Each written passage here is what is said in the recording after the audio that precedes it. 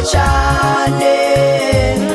Lazaro yari umukunzi w'Imana yabi Betaniya, yarafise bashiki biwe babiri, Mariya na Marita.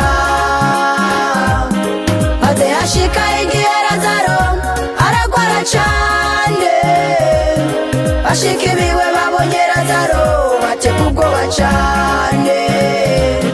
Batumako Yesu bati wa wundi ukunda aragwaye cane. Batumako Yesu bati wa wundi ukunda aragwaye cane. Babonye Yesu bati Lazaro yaramaze guhwera, amaze imisi ine ari mu mva, ubu yaramaze kunuka.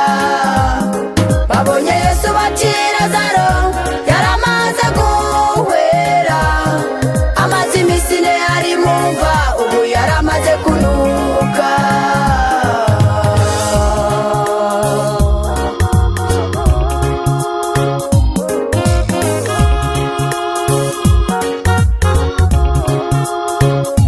Yesu abonye Lazaro umukunzi we ari mu mva,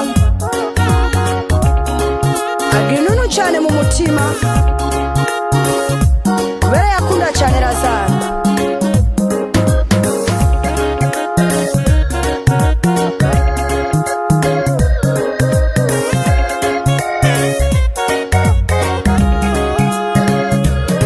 Baramubarira bati uba ngaha Lazaro nabaye arahwere, iyo uba wari hano musazacu ntiyari guhwera. Baramubarira bati uba ngaha Lazaro nabaye arahwere, iyo uba wari hano musazacu ntiyari guhwera.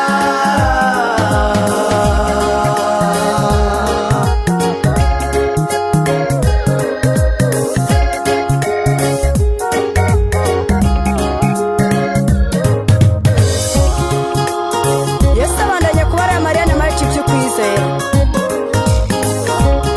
ariko bo bakaguma barira cane, kubera bari bafise intuntu ya musaza wabo. Yesu na nyene agira ikigumbagumba mu mutima, abonye Mariya na Marita bariko bararira cane basevagura,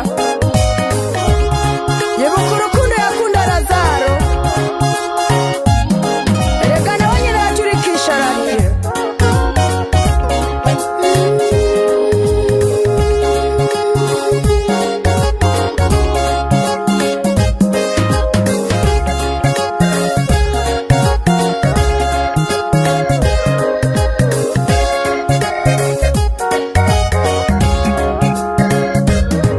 Abayuda nabo babibonye baratangara cane, baravuga bati ingene yamukunda cane.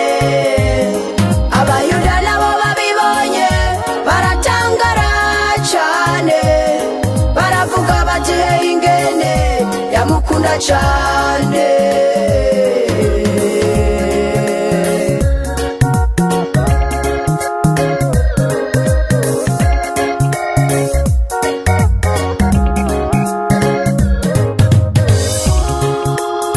Haciye akanya gato, Yesu arangamiza hejuru aravuga ati,